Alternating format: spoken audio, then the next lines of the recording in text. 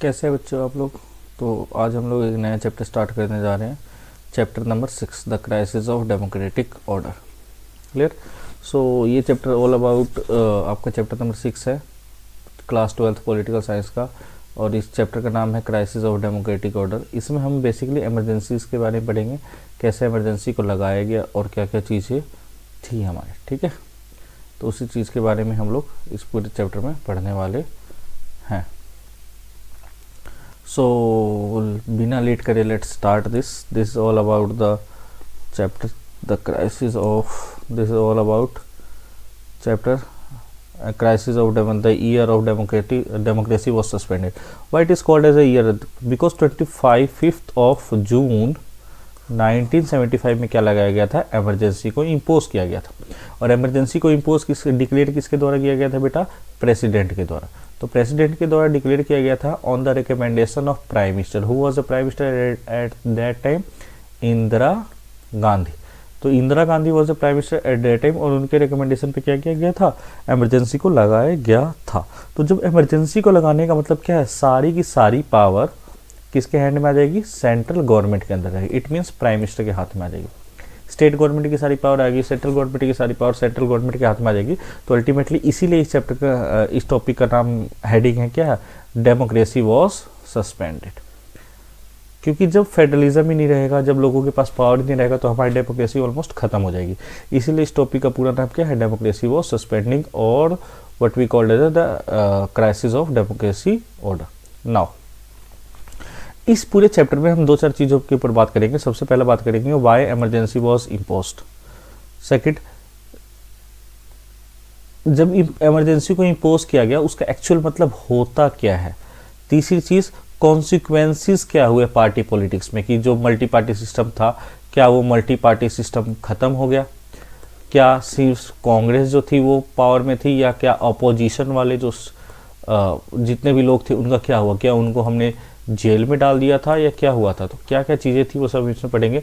उसके अलावा क्या है, क्या क्या चीज़ें हमने, क्या क्या लेसन्स लर्न करे कि इमरजेंसी लगाने के बाद जो जो प्रॉब्लम आया, तो एक्चुअली में हम लोगों ने क्या क्या प्रॉब्लम फेस किया, उससे क्या क्या लेसन्स हमने लर्न किए, वो सारा का सारा हम इस चैप्टर में पढ़ेंगे। ठीक है, अब रीज़न क्या है? सबसे पहले पढ़ते हैं कि what is the reason behind the economic crisis, what is the reason behind the imposition of emergency.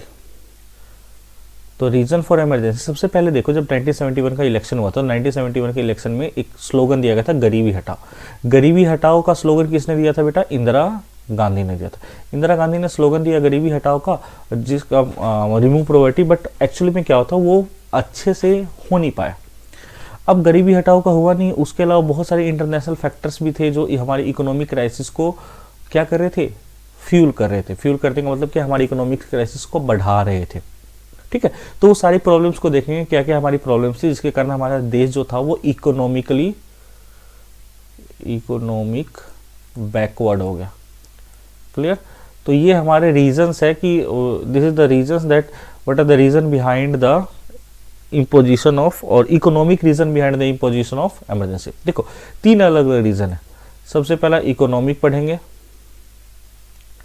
फिर हम पढ़ेंगे पॉलिटिकल रीजन, फिर हम पढ़ेंगे जुडिशियल रीजन। ये तीनों हम रीजन पढ़ेंगे, इकोनॉमिक, पॉलिटिकल, जुडिशियल। यही अगर तो क्वेश्चन है what are the reason behind the implementation of emergency in 1975 by the Indira Gandhi, तो आप प्रॉपर 3 अलग अलग सेक्शन में, इकोनॉमिक रीजन, पॉलिटिकल रीजन और जुडिशियल रीजन, इन 3 अलग अलग सेक्शंस में आप पूरे आंसर्स को लिख के आओगे तो you will be getting 6 out of 6। और प्रोबेबली जो क्वेश्चन आता है बेटा ये 6 नंबर का ही आता है। तो अब इकोनॉमिक रीजन में क्या होगा? देखो अभी 1972 में वॉर हो गया था, बांग्लादेश क्राइसिस होता। बांग्लादेश क्राइसिस के कारण क्या था? बहुत सारे जो रिफ्यूजी थे वो इंडिया में आए थे। और बांग्लादेश क्राइसिस होने का मतलब क्या है कि हम लोगों ने वॉर लड़ा किसके साथ? पाकिस्तान के साथ। और वॉर लड़ने में क्या चाहिए हमें? पैसा चाहिए। क्या चाहिए हमें? पैसा चाहिए। तो हमने सारा का सारा पैसा किस में लगा दिया? वॉर जीतने में लगाते। सेकंड थिंग, वॉर होने के कारण यूएस ने अपने सारे के सारे एड्स जो थे, जो हमें वो प्रोवाइड किए करते, जो जितनी भी मदद वगैरह प्रोवाइड किया जाता था, उन सबको क्या कर दिया गया? बंद। Now they will not provide any of the help. तीसरा क्या था कि ऑयल के प्राइसेस इंक्रीज हो रहे थे। ऑयल के प्राइसेस इंक्रीज होने के कारण हमारे पास जो भी चीजें आ रही थी वो सारी की सारी क्या हो रही थी? कॉस्टली। क्योंकि everything depend on the oil, चाहे आपके घर पे राशन आ रहा हो, कुछ भी आ रहा हो, सब कुछ किसके ऊपर डिपेंडेंट है? ऑयल के ऊपर। कैसे डिपेंडेंट है? क्योंकि सारा हेल्प किससे आ रहा है? ट्रांसपोर्टेशन से आ रहा है, और ट्रांसपोर्ट को चलाने के लिए क्या चाहिए? अल्टीमेटली ऑयल चाहिए। तो ऑयल महंगा इट मीन ट्रांसपोर्ट महंगा, ट्रांसपोर्ट महंगा तो इट मीन आपके पास सामान जो पहुंचा वो सब कुछ महंगा। उसके अलावा इन्फ्लेशन हो गया था। प्राइस राइज कितने परसेंट हुआ था? 23%। 23% 73 में था, और एक महीने में टोटल 7% का राइज हुआ था। तो 7% का जो राइज था वो इतनी ज़्यादा हाइपर इन्फ्लेशन हो गया था, बहुत ही ज़्यादा महंगाई हुई थी। ठीक है, उसके अलावा जो हमारा इंडस्ट्रियल ग्रोथ था वो भी स्टैग्नेट हो गया था। इंडस्ट्रियल ग्रोथ का आउटपुट जो था वो कंप्लीटली स्टैग्नेट, जिसके कारण अनएम्प्लॉयमेंट क्राइसिस भी हो गए थे। उसके अलावा कई जगह पे मॉनसून्स भी थे जो फेल हो गए थे। मॉनसून फेल होने के कारण क्या हो गया? अल्टीमेटली आउटपुट जो था, एग्रीकल्चरल आउटपुट, वो भी क्या हो गया? डाउन हो गया। तो ये रीजंस थे जिसके कारण क्या हुआ? ये इकोनॉमिक रीजन थे जिसके कारण हमारे देश में इकोनॉमिक क्राइसिस आया था। तो सबसे पहला बांग्लादेश क्राइसिस, फिर US has cut the aid. उसके अलावा अच्छा, यूएस ने क्यों कट किया था? क्योंकि अल्टीमेटली यूएस 1972 का जो वॉर था उसमें यूएस किसको हेल्प कर था? पाकिस्तान को। और पाकिस्तान जैसे ही हार गया उसके बाद यूएस ने अपनी सारी मदद क्या कर दी? स्टॉप कर दी। तो ये अल्टीमेटली एक टाइप से प्रॉब्लम था, इकोनॉमिक प्रॉब्लम। ठीक है, अब पॉलिटिकल प्रॉब्लम में क्या क्या ये सही है, रीजन है हमारे पॉलिटिकल प्रॉब्लम का। पॉलिटिकल प्रॉब्लम, अब पॉलिटिकल प्रॉब्लम्स क्या क्या है? सोशल, तो गुजरात में क्या हुआ था? स्टूडेंट जितने भी थे वो सारे के सारे प्राइस राइज जो हो रहा था, उस प्राइस राइज के अगेंस्ट में सभी प्राइस राइज हो गया, करप्शन हो गया, इन सब के कारण क्या हो रहे थे? वो लोग डिमांड करने लगे कि फ्रेश इलेक्शन हो और वहां पे प्रेसिडेंट रूल लगाया जाए। क्लियर? और वहां पे कांग्रेस ऑलमोस्ट हार गई, प्रेसिडेंट रूल लगाया जाए और कांग्रेस वहां पे ऑलमोस्ट डिफीट हो गई। ठीक है, और वहां पे अल्टीमेटली कांग्रेस को क्या करना पड़ा? दोबारा से इलेक्शन करवाना पड़ा। उस इलेक्शन में क्या होगा? Congress got defeated. क्लियर? तो Congress got defeated. Second, Bihar में भी सेम टाइप का मूवमेंट, स्टूडेंट मूवमेंट स्टार्ट हुआ अगेंस्ट करप्शन। करप्शन के अगेंस्ट में corruption, even the scarcity of the foods उसके खिलाफ हुआ। उसके अलावा अनएम्प्लॉयमेंट के खिलाफ हुआ। इन सब के खिलाफ क्या हुआ? पूरे के स्टूडेंट जितने मूवमेंट थे उन्होंने मूवमेंट स्टार्ट कर दिया गया स्टूडेंट के द्वारा। क्लियर? उसके बाद इस स्टूडेंट मूवमेंट को फ्यूल देने के लिए जयप्रकाश नारायण आया।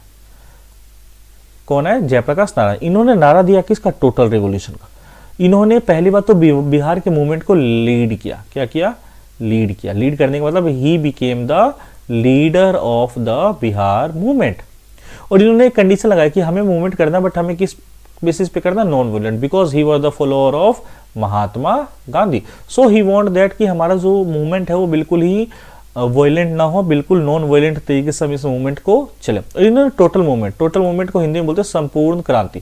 टोटल मूवमेंट ये आप, हम सिर्फ क्रांति करें, हम सिर्फ मूवमेंट करें, सिर्फ एक तरीके से मूवमेंट नहीं करेंगे कि हाँ यही हो रहा है, सिर्फ इकोनॉमिक बेसिस नहीं, हम हर तरीके से, हम सोशल बेसिस पे भी करेंगे, हम लोग इकोनॉमिक बेसिस पे भी करेंगे, हम पॉलिटिकल स्फीयर पे करेंगे, ताकि हमारी डेमोक्रेसी जो है वो अच्छे से स्टैब्लिश हो जाए। तो इन सब तरीके से हम क्या करेंगे? मूवमेंट को करेंगे। इसीलिए इसको बोला गया था टोटल रिवॉल्यूशन। क्लियर? और किसने एमसीक्यू क्वेश्चन आता है, who has given slogan of total revolution? Jayaprakash Narayan. Clear? And कहां के लिए दिया गया था? ये बिहार में मूवमेंट हुआ था, वहां के लिए किया गया था। अब जुडिशियल प्रॉब्लम क्या था? Judicial problem, there was always a conflict between the parliament and the judiciary. अब ये कॉन्फ्लिक्ट क्या था बिटवीन पार्लियामेंट एंड जुडिशरी? अब किस टाइप का प्रॉब्लम था? सबसे पहला प्रॉब्लम स्टार्ट हुआ बेसिक स्ट्रक्चर को लेकर। अब बेसिक स्ट्रक्चर को लेकर क्या प्रॉब्लम है वो हम देखते हैं। देखो, कई सारे इश्यूज थे। क्या पार्लियामेंट के पास राइट्स है कि वो फंडामेंटल राइट्स को चेंज कर सकता है? पहला क्वेश्चन तो ये आया। सेकंड, क्या पार्लियामेंट राइट टू प्रॉपर्टी जो है, क्या उस राइट टू प्रॉपर्टी को चेंज कर सकता है? ये सेकंड क्वेश्चन आया। सुप्रीम कोर्ट ने कंसिस्टेंटली क्या बोला कि आपके जो दोनों क्वेश्चन है, क्या फंडामेंटल राइट को हटा सकते हो, राइट टू प्रॉपर्टी, इसके अगेंस्ट में, गवर्नमेंट के अगेंस्ट में क्या दिया? जजमेंट दे दिया। तो गवर्नमेंट के अगेंस्ट में जो जजमेंट दिया गया था, ये अल्टीमेटली गवर्नमेंट को बहुत प्रॉब्लम क्रिएट कर रहा था। उसके अलावा एक और रिसेंट प्रॉब्लम आ गया, क्या? Kesavananda Bharati case. Very very important, 11th class में आप लोगों ने पढ़ा होगा, इसको basic structure of the constitution भी बोलते हैं। केशवानंदा भारती ने केस में क्या कह दिया है कि केशवानंदा भारती केस में सुप्रीम कोर्ट ने बेसिक स्ट्रक्चर डॉक्ट्राइन को रख दिया। बेसिक स्ट्रक्चर डॉक्ट्राइन क्या कहता है कि कुछ ऐसी चीज, there are some basic thing in the constitution that can not be changed, उसको हम क्या बोलते हैं? Basic structure. क्लियर? अंडरस्टूड? उसके अलावा तीसरा कॉन्फ्लिक्ट हमें कब देखने को मिला कि गवर्नमेंट ने जो, देखो क्या होता है बेटा, कि जो चीफ जस्टिस ऑफ इंडिया होता है, चीफ जस्टिस ऑफ इंडिया को बनाने के लिए देयर इज वन क्या बोल सकते हैं, कन्वेंशन। अब ये कन्वेंशन क्या है हमारा, कन्वेंशन ये है कि जो सीनियर मोस्ट जज होगा, सीनियर मोस्ट जज को क्या चूज किया जाएगा, chief justice of India.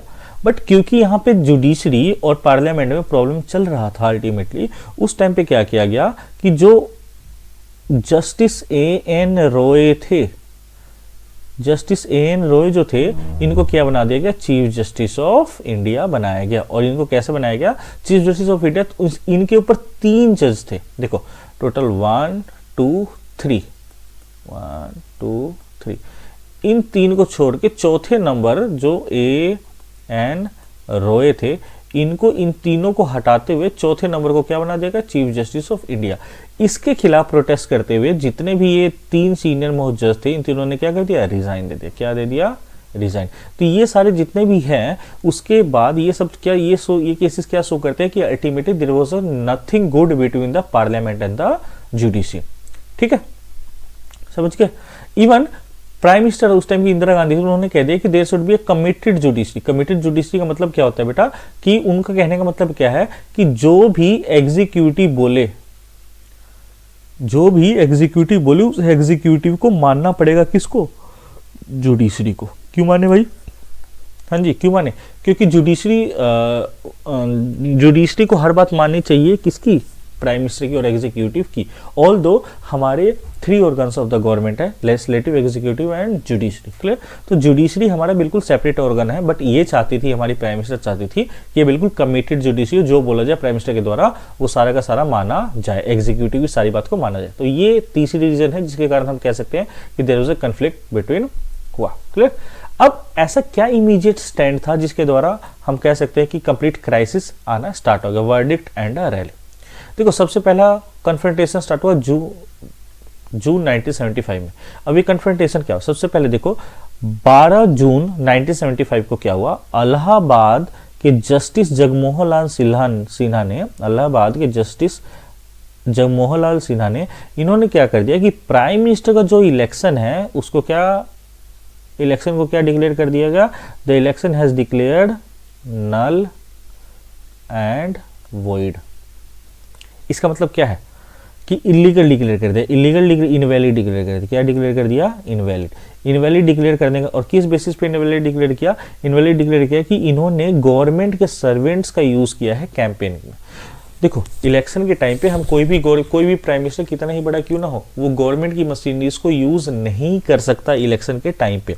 But इनके ऊपर चार्ज लगाया गया कि इन्होंने गवर्नमेंट सर्वेंट्स का यूज किया है। और ये चार्ज किसने लगाया था बेटा, जो वहां से इलाहाबाद से लड़ रहे थे राजनारायण, अपोजिशन वाले एमपी, इन्होंने चार्ज लगाया, जिसके द्वारा इलाहाबाद हाई कोर्ट ने इनके इलेक्शन को क्या कर, इलेक्शन पिटीशन डाला किसने, राजनारायण ने। इस इलेक्शन पिटीशन को हर्ड करते हुए जस्टिस जगमोहन, एमसीक्यू क्वेश्चन आता है बेटा, very very important MCQ question, who was the judge of Allahabad High Court who has given verdict against the Indira Gandhi, तो जगमोहन लाल सिन्हा। क्लियर। तो इन्होंने इलेक्शन पिटीशन सुनते हुए इन्होंने क्या कर दिया, इलेक्शन को इनवैलिड डिक्लेयर कर दिया। दूसरा 24 जून को क्या हुआ, अच्छा इसका मतलब क्या है कि अगर जो वो एमपी नहीं रहेंगी, उनका इलेक्शन इनवैलिड डिक्लेयर हो गया, इट मींस वो एमपी नहीं रहेंगी, तो इट मींस वो प्राइम मिनिस्टर नहीं बन सकते। जब प्राइम मिनिस्टर नहीं बन सकती तो अल्टीमेटली उनको छोड़ना पड़ा। तो उसके खिलाफ इन्होंने कहां अपील किया, सुप्रीम कोर्ट में अपील किया। सुप्रीम कोर्ट ने 24 जून 1975 को क्या किया कि इस पे पार्शियल स्टे लगा दिया। पार्शियल स्टे लगाने का मतलब क्या है कि she can become a PM but she can not participate in the Lok Sabha proceeding. It means वो प्राइम मिनिस्टर के फैसले तो ले सकती है बट वो लोकसभा के प्रोसीडिंग्स में पार्टिसिपेट नहीं कर सकती। इसको देखते हुए इन्होंने 25 जून 1975 को क्या कर दिया गया, 25 जून 1975 को एक और बहुत इंपॉर्टेंट घटना क्या कि जो जब जयप्रकाश नारायण थे उन्होंने रैली ऑर्गेनाइज करी दिल्ली के रामलीला ग्राउंड में, और उन्होंने क्या कर दिया, उन्होंने डिमांड कर दिया क्या कि प्राइम मिनिस्टर को रिजाइन दे देना चाहिए। क्या डिमांड किया उन्होंने, प्राइम मिनिस्टर को रिजाइन दे देना चाहिए। इवन उन्होंने अनाउंस कर दिया कि हम पूरे देश भर में नेशन वाइड सत्याग्रह को लॉन्च करने जा रहे हैं। इवन इन्होंने कहा कि जितने भी आर्मी, पुलिस और गवर्नमेंट के जितने भी एम्प्लॉय हैं इनको ओबे नहीं करना चाहिए कि इलीगल, मतलब उनको, उन्होंने ये बोला कि जितने भी गवर्नमेंट सर्वेंट्स हैं उनको वैसे कोई भी ऑर्डर्स को नहीं मानना है जो उनको लगे कि वो इलीगल हो प्लस इमोरल हो। इतना सारा हुआ। उसके रिस्पॉन्स में सेम नाइट, कौन से नाइट को, 25 जून 1975 को सेम नाइट पे को क्या कर दिया गया, गवर्नमेंट ने स्टेट ऑफ इमरजेंसी डिक्लेयर कर दिया गया अंडर आर्टिकल नंबर 352। क्लियर। और किस बेसिस पे डिक्लेयर किया बेटा, कि there is a internal disturbance. तो आर्टिकल 352 के अंदर क्या डिक्लेयर कर दिया गया, इंटरनल डिस्टर्बेंस का नाम देकर, कि देश के अंदर बहुत चीजें खराब चल रही है, उसके नाम पे देकर क्या कर दिया गया, नेशनल इमरजेंसी। ये क्या है, नेशनल इमरजेंसी को डिक्लेयर कर दिया गया। ठीक है, यहां तक क्लियर ऑल। अब क्या मतलब है, बड़ी इमरजेंसी का मतलब क्या होता है एक्चुअल प्रैक्टिस में। सबसे पहला क्या है, अच्छा इमरजेंसी को डिक्लेयर करने वाले प्रेसिडेंट कौन थे उस टाइम पे, again MCQ question, the president was Fakhruddin Ali Ahmed. कौन थे बेटा, फखरुद्दीन अली अहमद। ठीक है, तो इमरजेंसी को डिक्लेयर करने वाले प्रेसिडेंट कौन थे, फखरुद्दीन अली अहमद। अब हुआ क्या, इसका इमीडिएट एक्शन, जितने भी न्यूज़पेपर ऑफिसेस थे इनकी इलेक्ट्रिसिटी को काट दिया गया। सेकंड चीज क्या हुआ, जितने भी ऑपोजिशन लीडर थे इन सबको क्या कर दिया गया, अरेस्ट कर लिया गया। क्या कर दिया, दो इंपॉर्टेंट चीज हुआ, electricity cut off the newspaper plus opposition leader को अरेस्ट कर लिया गया। अब और क्या क्या सस्पेंड किया गया, सबसे पहले डेमोक्रेसी को सस्पेंड किया, it means fundamental right suspend हो गया आपका। प्रेस के ऊपर सेंसरशिप लगा दिया गया, बहुत सारे लीडर को अरेस्ट कर दिया गया और बैन्स को किया गया। आरएसएस को बैन कर दिया गया, जमात इस्लामी को बैन कर दिया गया, strikes and public associations were not allowed. Even बहुत सारे लीडर्स को क्या कर दिया गया, प्रिवेंटिव डिटेंशन के अंदर बहुत सारे लोगों को क्या कर दिया गया, अरेस्ट कर लिया गया। इसके खिलाफ ये देखो फर्स्ट पेज जो था वो वैकेंट रखा गया न्यूज़पेपर के द्वारा। वैकेंट क्यों रखा गया, ये शो करता है कि प्रेस की सेंसरशिप। प्रेस सेंसरशिप का मतलब पता ही होगा बेटा आपको, क्या मतलब होता है कि कोई भी प्रेस में छापने से पहले आपको किसकी परमिशन लेनी पड़ेगी, पहले शो करना पड़ेगा एग्जीक्यूटिव को। अगर जो वो अलाउ करेंगे तभी आप छाप सकते हो, तो नहीं छाप। It means freedom of press को खत्म कर दिया गया था। और उसके बाद चलो इतना तो हो, उसके बाद उन्होंने बहुत सारे कॉन्स्टिट्यूशनल अमेंडमेंट किया। अमेंडमेंट क्या किया, 1975 में 1976 में सुप्रीम कोर्ट ने हाई कोर्ट के बहुत सारे जो जजमेंट थे उसको ओवररूल कर दिया। क्या कि इमरजेंसी के टाइम पे सिटीजन का राइट टू लाइफ और लिबर्टी को क्या लिया जा सकता है, ले लिया जा सकता है। इट मींस फंडामेंटल राइट तो हट ही गया और आपका आर्टिकल नंबर 21 को भी क्या कर दिया गया, खत्म कर दिया गया। सेकंड, इन्होंने 42nd अमेंडमेंट किया, ये तो बहुत इंपॉर्टेंट है। 42nd अमेंडमेंट को मिनी कॉन्स्टिट्यूशन बोला जाता है। क्या बोला जाता है बेटा, मिनी कॉन्स्टिट्यूशन। 42nd अमेंडमेंट 1976 में, ट्रिक क्या है, 4 2 6 6 मीन्स 1976 में किया गया। 42nd का दूसरा नाम मिनी कॉन, बहुत सारी चीजों को बदल दिया गया। It means declared election of prime minister, president, vice president could not be challenge. It means कोई भी किसी तरीके का इलेक्शन हो, मिनिस्टर, प्राइम मिनिस्टर का, इन सबको चैलेंज नहीं किया जा सकता। क्यों किया गया, तो क्यों ये चेंज किया गया, क्योंकि प्राइम मिनिस्टर इंदिरा गांधी के इलेक्शन को क्या कर दिया गया था, इलाहाबाद हाई कोर्ट में चैलेंज कर दिया गया था, तो इसको हटा देगा। इवन इन्होंने क्या किया और चेंज कर दिया कि जो नॉर्मल लोकसभा का टेन्योर 5 साल का होता है, इसको बढ़ा के क्या कर दिया गया, 6 साल का कर दिया गया। इसके अगेंस्ट में रेजिस्टेंस में क्या, जितने भी जर्नलिस्ट थे, इन्होंने इंडियन एक्सप्रेस स्टेट्समैन, इन्होंने पहला पेज अपना क्या कर दिया, ब्लैंक छोड़ दिया। क्या छोड़ दिया, ब्लैंक, ताकि ये शो कर सके कि हम लोग बिल्कुल भी आपके साथ नहीं हैं। इवन बहुत सारे राइटर्स लाइक शिवरामा करांत जो पद्म भूषण थे, इवन फनी स्वरनाथ रेणु, इन्होंने क्या कर दिया, अपने पद्मश्री अवार्ड्स को क्या कर दिया, रिटर्न लो भैया अपना ले जाओ, हमें नहीं लेना। तुम जब नाम का अवार्ड दे रहे हो, हमारी फ्रीडम को खत्म कर रहे हो, तो we do not want this type of award. Clear बेटा, इन चीजों को किया गया। ठीक है, और क्या किया गया, रिकॉग्निंग रेफरेंडम ऑफ डेमोक्रेसी। अब इसका मतलब क्या, 18 महीने के बाद, 18 मंथ्स के बाद गवर्नमेंट ने क्या कर दिया, बोला कि अब हम इलेक्शन करवाएंगे जनवरी 1977 में। और उन्होंने फाइनली डेमोक्रेसी उसमें क्या कर दिया, इमरजेंसी को खत्म कर दिया। इससे कि जब उन्होंने डिक्लेयर किया कि अब हम इलेक्शन करवाएंगे, तो जितने भी अपोजिशन थे, सारे मेजर अपोजिशन पार्टी, वो क्या हो गए, केम टुगेदर, दे केम टुगेदर। उन्होंने एक पार्टी बनाई जिसको बोलते हैं जनता पार्टी, और इसके लीडर कौन थे, जयप्रकाश नारायण। कैंपेन का स्लोगन क्या था, सेव डेमोक्रेसी, बहुत important. The slogan of campaign was save democracy. क्यों? क्योंकि हमने पीछे देखा था अभी 1975 में जब इमरजेंसी को लगा दिया गया था, तो इमरजेंसी के टाइम पे आपको जितने भी डेमोक्रेटिक राइट्स थे उन सारे डेमोक्रेटिक राइट्स को आपको खत्म कर दिया गया था, तो इसलिए इन्होंने स्लोगन दिया। और इसका पीपल ने जवाब दिया क्या कि रिजल्ट वॉज स्टनिंग, कांग्रेस की क्या होगी? Defeat. Congress got defeated in the election of 1977 और अपोजिशन पार्टी जनता पार्टी की गवर्नमेंट बन गई। अब देखो लोकसभा इलेक्शन का रिजल्ट देखोगे तो जितना भी ग्रीन बेल्ट आप दिख रहा होगा ये सारा का सारा, ये सब में कौन जीता? This all the states were won by the Janata Party. Only this yellow portion of Jammu and Kashmir, they are somewhere in the north east and south India के कुछ पार्ट्स, ये कौन जीते? कांग्रेस। और ये पिंक वाला जो देखोगे ये सारा लेफ्ट पार्टीज हैं और बाकी सब छोटे छोटे पॉलिटिकल पार्टीज क्या है? ये ब्लू बॉक्स वाले जितने भी ये अदर्स है। तो आप देखोगे कितना मेजर चंग जो है ये वाला एरिया जो है, ये वाला एरिया पहले कांग्रेस का होता था और मेजोरिटी ऑफ द सीट्स कहाँ से है? यहीं से। और सारा एरिया किसके पास आ गया? जनता पार्टी के पास आ गया। जनता पार्टी को कितनी सीट मिली? 330 सीट्स मिली, जो पहले कांग्रेस को मिलती थी। कांग्रेस को कितनी मिली? 154। ऑल दो कांग्रेस को 35% वोट शेयर मिला, बट इसको सीट 154 ही मिला। जनता पार्टी एक सिंगल पार्टी नहीं थी और इसके दोस्त कोलिशन गवर्नमेंट बनाया गया था। तो ठीक है, समझ गए। इवन संजय गांधी भी अपनी सीट क्या हो गए? हार गए। Sanjay Gandhi lost its on seat. Clear? समझ गए बेटा? तो ये एक टाइप से सबक था उनके लिए।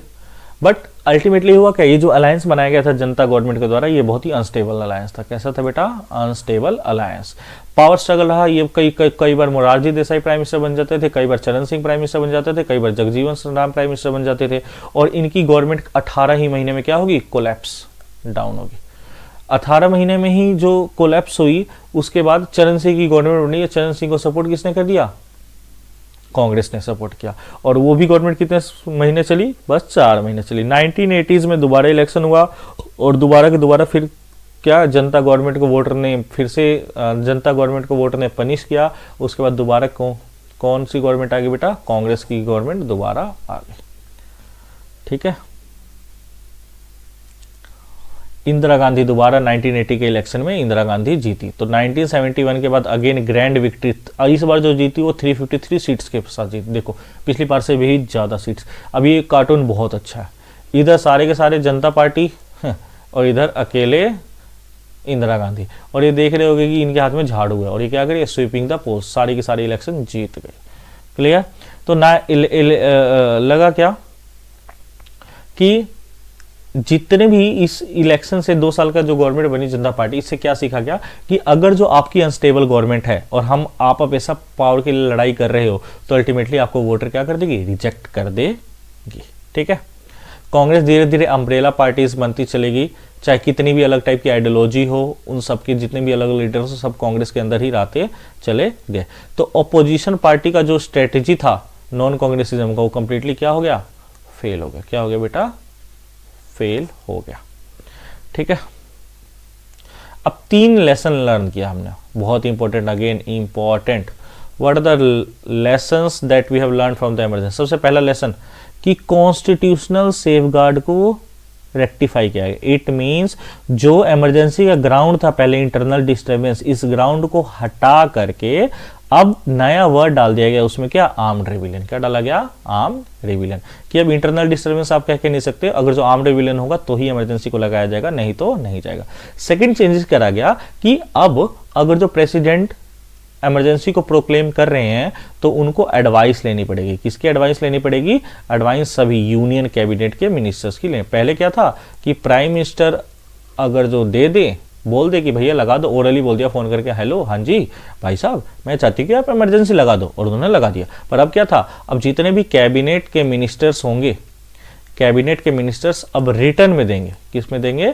रिटर्न अगर जो प्रेसिडेंट को देंगे तभी प्रेसिडेंट क्या कर सकते हैं? इमरजेंसी को लगा सकते हैं, नहीं तो नहीं लगाएंगे।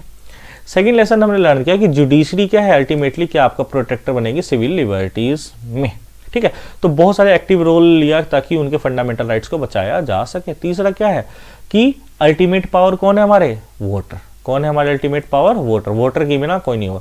कि पहले देखा कि अगर जो कांग्रेस ने इमरजेंसी लगाया तो उसको हरा दिया गया, सेकेंड टाइम देखा कि 1977 में जब 1975 में जब जनता पार्टी की गवर्नमेंट बनी, 77 में जब जनता पार्टी की गवर्नमेंट बनी, वो जब अनस्टेबल थी, वो सारे पावर के लिए लड़ रहे थे, तो उनको भी क्या कर दिया कि दोबारा से हरा दिया गया। तो ultimate power lies in the hand of voter. Clear?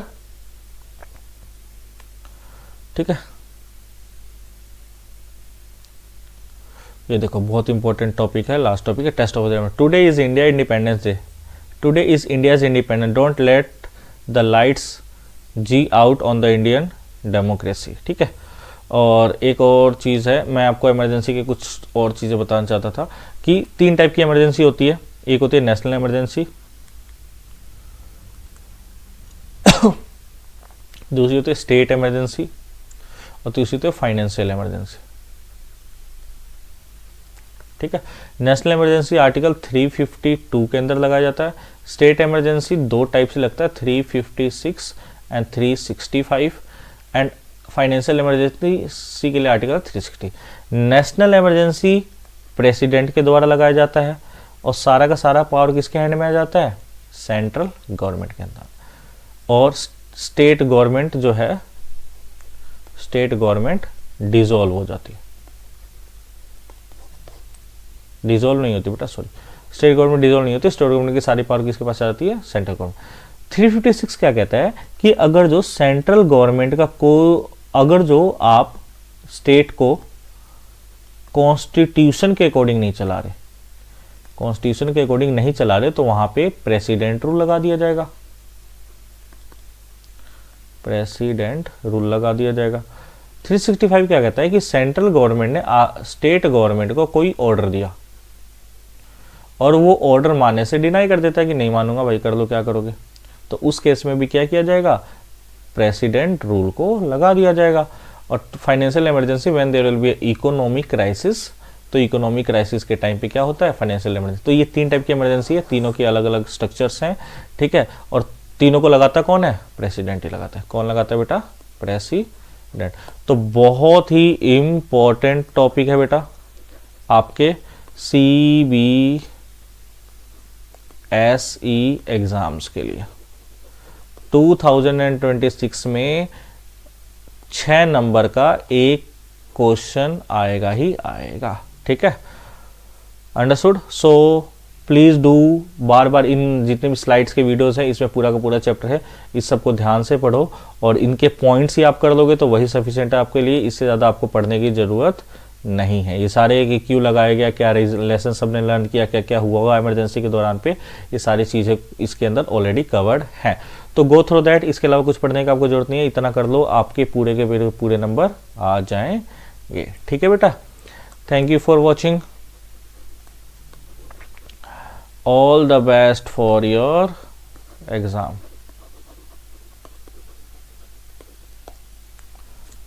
Thank you.